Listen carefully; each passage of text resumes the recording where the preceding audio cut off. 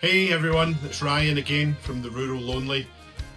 Since we've started sharing some snippets and teasers of the song and the video, I've been sent a load of questions, and a lot of you are interested in the background, the production, the journey that we've been on so far to create this song, and I would love to try and answer some of those questions right now.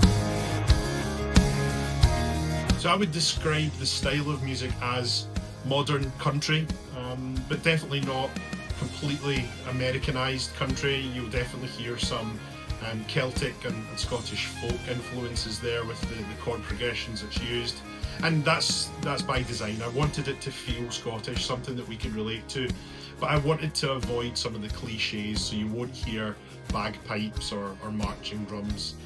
Instead, I opted to use a talented fiddle player to play the main melody line at the start and throughout the song. When it came to writing the lyrics, I had this idea where the different sections of the songs would talk about Glasgow Warriors from different perspectives. The first verse is very much through the eyes of the players, how they unite shoulder to shoulder, the battles that they go through on the pitch together, and how even when it gets to the point of drawing blood and developing scars, they become folklore for years to come, and it's worth the investment of short-term pain for that long-term gain. The second verse is written through the eyes of us, the fans, how the players rely on us to get them through the toughest points of a game, whether it's maintaining a high or turning round the momentum of a low. We talk about how we call their names. We might not get a reaction from them on the pitch, but it means a lot to them. From speaking to the players, I know the impact that has, and we as fans play such a crucial part of that role. The bridge near the end of the song plays on the fact that not just ourselves, but the wider rugby nation refer to Scotstoun as a fortress. We're very proud of our home performance records, and I've described that as a physical fortress in a battle scenario, about how we defend that from our enemies and from invaders, obviously playing on the historical arc of a Celtic warrior himself.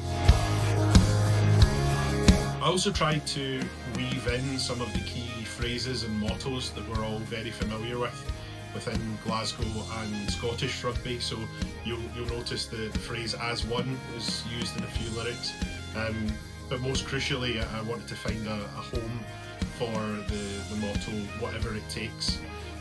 For any of those of you that have seen backstage at Scotstoun, as the players run out onto the field, that's the last message they see inside the tunnel, and a lot of the players tap it on their way out, and that's their commitment to get that victory, whatever it takes. So I wanted that to be a key part of the chorus, and you'll hear that repeated throughout the song. And for me, the favourite part of the song isn't the guitar solo. Actually, it's the inclusion of the "We Are Warriors" fan chant. It's slightly slower than we do it in the stadium, just to fit in with the vibe of the song, but my aim there was to encapsulate the power of that chant, and keeping that going for many more years to come in this new medium of a song. I performed all of the instruments that you hear on the track, apart from the fiddle. That was done by a very talented fiddle player named Anna. But from drums, guitar, bass guitar, keyboards, and also singing, that's all done by me. Done at home here in my spare bedroom. This is my home office, and that's the case for all my songs. It's very much DIY, hands-on. So hopefully it doesn't sound like that, and it comes across that there's a bit more of a professional approach. I'm certainly very happy with how the production has turned out on the track. I'm incredibly proud to have put this track together. As I said, it's been an absolute honour to be involved in something with my childhood club, and the team that I've spent my whole rugby life supporting and watching. But what about you? What did you take away from the song? Did you pick up on any other angles What's your favourite part of the song? What's the bit that you keep coming back to? Let us know in the comments. I'd love to explore that further in other videos, so let me know your thoughts, guys.